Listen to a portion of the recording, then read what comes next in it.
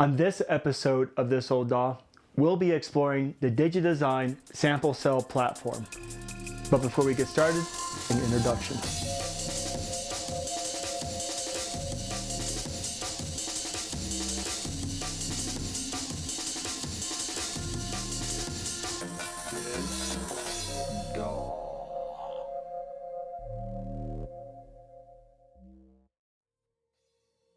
It can be easily regarded as one of the first software samplers that really took off and had a lot of power and capability. This was around 1991 when hardware samplers were still very much out of the box. 2 to 3 unit rack units took up quite a bit of space, just like this. Well, imagine having all this power condensed to a single card that could be fit into your Macintosh or later on PCs, where everything was basically integrated together and you would have direct interaction with it just from your computer. No SCSI required. This was a platform that allowed you to drag and drop audio files, whether it be AIF or WAV, into the software directly. It would basically, it had its own processing unit, it had its own hardware configuration, so it took zero CPU and had basically gave you all the benefits of a direct interface with your computer. Very revolutionary for 1991. The one that we have today is the SampleCell II, which is 32 voices, 32 megabytes of RAM max.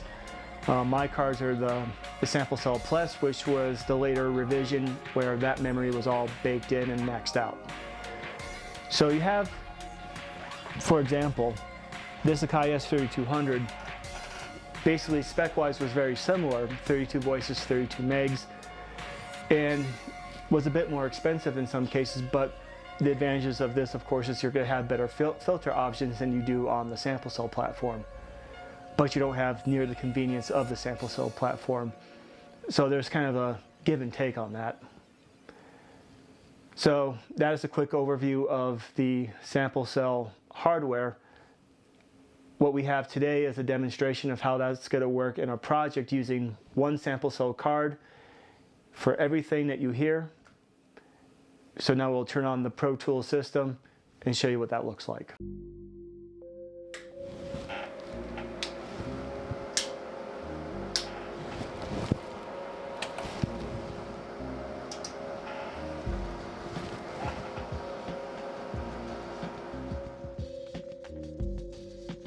So now we got our machine up and running. This is the session that we got up today. This is in Logic 6.4, driving the SampleCell program. And so right here is the, this is the SampleCell editor. This is basically where all your edits takes place.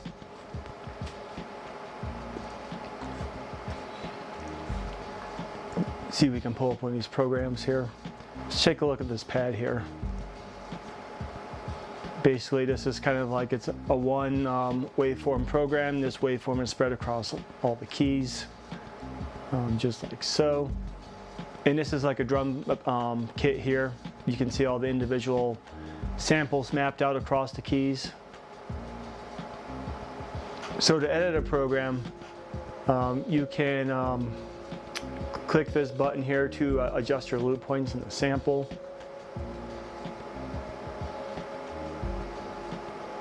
It's currently locating the sample within its local SampleCell memory. And it has a really nice looping feature.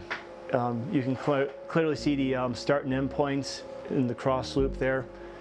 It's a pretty cool feature for making seamless loops this way. This program is using about 13 megabytes of RAM. This, we have a total of about 96 megs to work with on the SampleCell platform.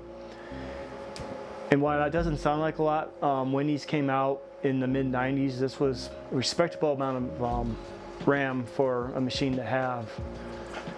And so this is a pretty well stacked SampleCell setup, even with only 3 cards. This gives us 96 voices, 96 megs. It's quite a bit of power for when this came out.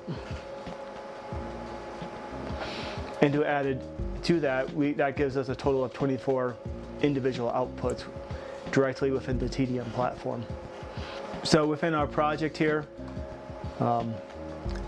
see if I can identify some of our elements here. This should be mute and bring in individual elements here.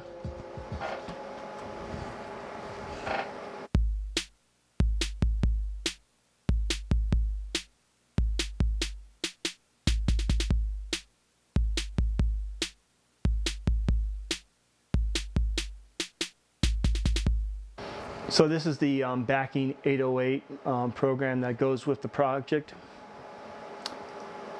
And I believe this is the hi-hats.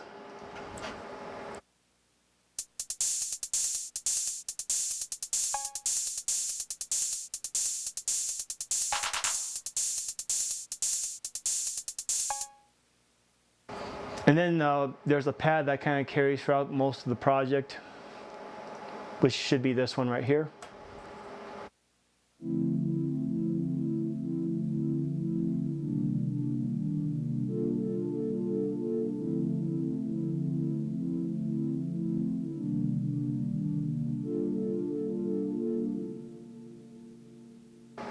And so as the project progresses, the 808 is then backed by a breakbeat in the background.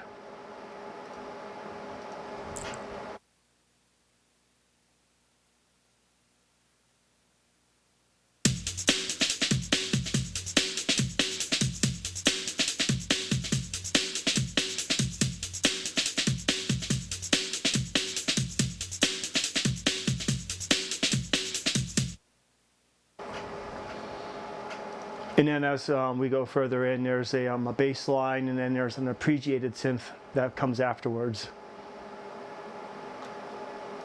And this is the bass line.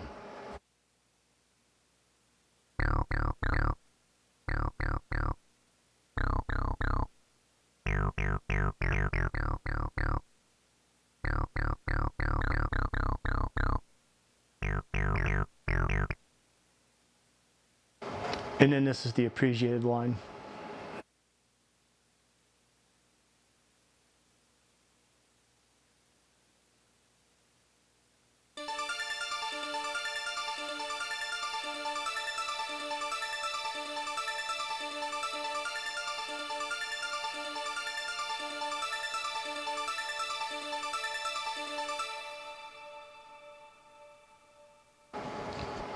And so one of the things you got to remember when you're working with SampleCell is you want to make sure that you utilize your 8 outputs in a well-organized way. Typically what I like to do is if I don't just track everything out on an individual basis or just 8-bus it, I will identify like compatible sounds that you can kind of like stack together. Like basically 808 kicks is its own channel, own set of frequencies. Hi-hats and the miscellaneous drum percussion shares another output, so that's 2 right there. The bass line gets its own, so that's 3. The choir, that sine wave pad is its own, so that's about the 4th one. And then if I haven't said the appreciated one, there's 5. There's another element at 6. And basically, like, you can kind of see the pattern here. You basically just kind of like the elements that you want to have like their own effects or the most presence, keep those on a separate frequency. Anything that can be kind of submixed, try to identify what you want to submix and then go with that. So now that you've seen all the individual elements broken down in this production, one of the things I want to cover before we go into the full track playthrough is we're using, in some cases, hardware inserts as part of our effects chain, and we're all able to do this through the TDM platform. So for example, I have the MIDI Verb 2 directly interfaced to the TDM setup, and this is all configured through this ADAT port here. It has a send and return through that. The mastering chain, we have the Focusrite D2, which is right before going into the SSL bus compressor. And then after the bus compressor, we have the L1 just for some basic limiting functions, just to make sure everything's where we want it. And then we have the PAS frequency analyzer just to make sure that our frequencies are where we want them. And so now we'll go into the full track playthrough.